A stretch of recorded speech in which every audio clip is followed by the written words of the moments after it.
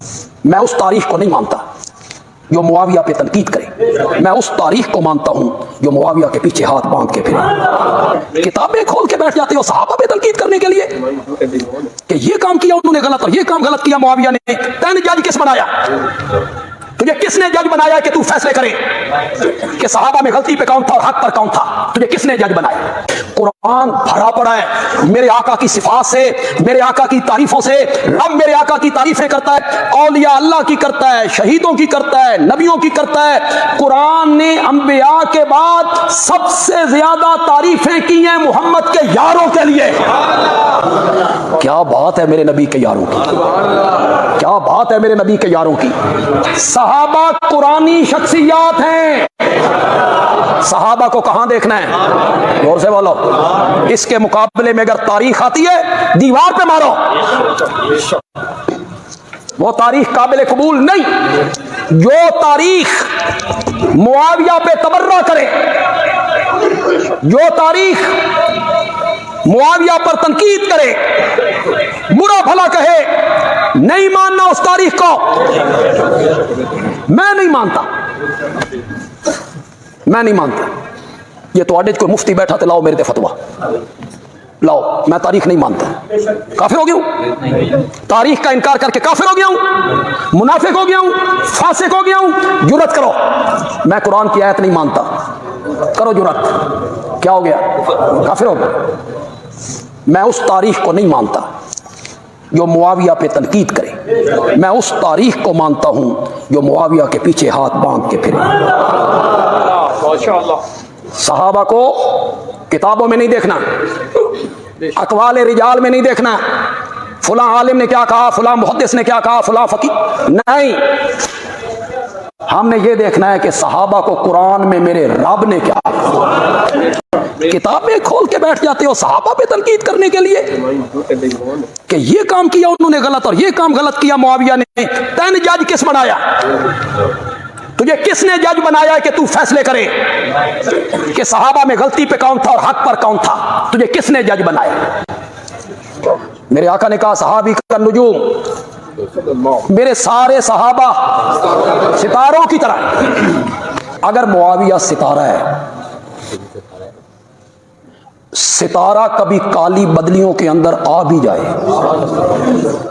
کالی بدلیاں میں نے کس کو کہا؟ وہ جو تو تنقید کرتا ہے کہ یہ کام غلط کیا، یہ کیا، یہ کیا، یہ کیا۔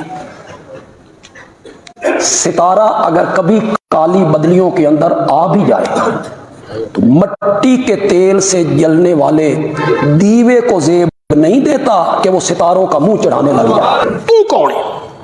جن پہ تو تنقید کرنا چاہتا ہے ان کے فیصلے قرآن میں ہو چکے ہیں۔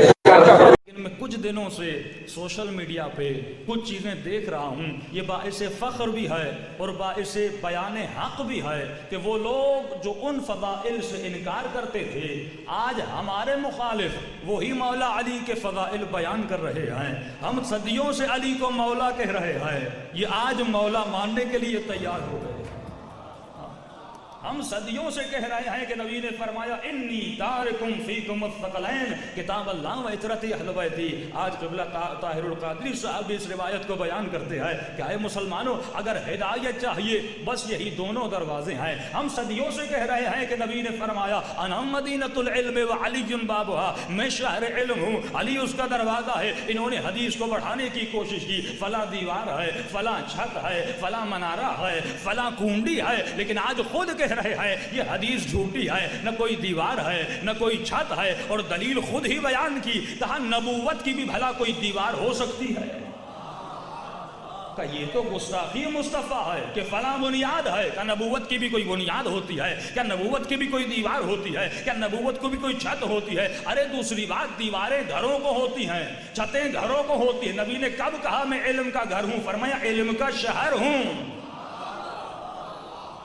شہر میں کبھی آپ نے چھت دیکھی؟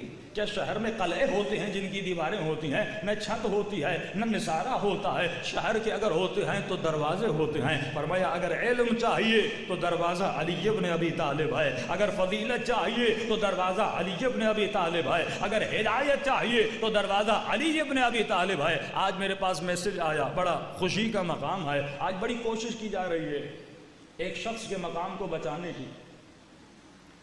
حالانکہ شیعہ اس پہ متنبع رہے ہیں، ہم ہر کسی پہ کمپرومائز کر سکتے ہیں، لیکن اس شخص پہ کمپرومائز کرنا یہ علی مرتضیٰ سے زیادتی ہوگی، جس نے 70 سال منبروں پہ میرے مولا پہ سب کروایا، جس نے حسن کے جنازے پہ تیر چلوائے، جس نے امام حسن علیہ السلام سے جو صلح کیا اس صلح میں بے وفائی کی.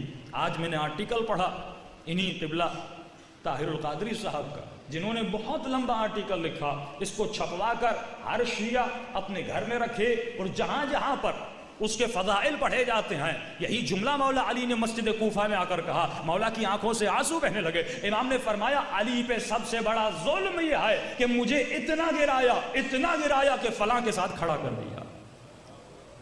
آج جب فلاں علی اور فلاں بھائی بھائی کہا جاتا ہے یہ ظلم